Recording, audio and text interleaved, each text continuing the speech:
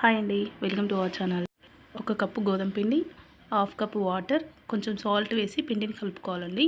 కొంచెం smooth texture వచ్చే వరకు కొంచెం ఆయిల్ వేసి కలుపుకోండి. స్మూత్గా రెడీ అయిన పిండిని 2 భాగాలుగా విభజించుకొని ఒక బౌల్ని పిండి వేసుకొని చపాతీలా ప్రెస్ చేసుకోవాలి. ఇలా చేసుకున్న చపాతీని మనకు నచ్చిన షేప్లో కట్ చేసుకోవాలి.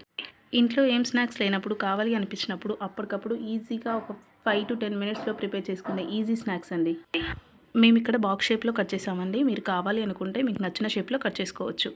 ఇలా కట్ చేసుకున్న పీసెస్కి ఇలా ఫోక్ స్పూన్ తీసుకొని హోల్స్ పెట్టడం వల్ల క్రిస్పీగా వస్తాయి. హోల్స్ పెట్టడం వల్ల క్రిస్పీగా వస్తాయండి, లేదంటే మెత్తగా వస్తాయి. ఇలా ఆయిల్ వేడి చేసుకొని వాటిని ఒక్కొక్కటిగా తీస్తూ ఆయిల్లో డీప్ ఫ్రై చేసుకోవాలి. ఇలా గోల్డెన్ కలర్ వచ్చే వరకు వేయించుకోవాలి.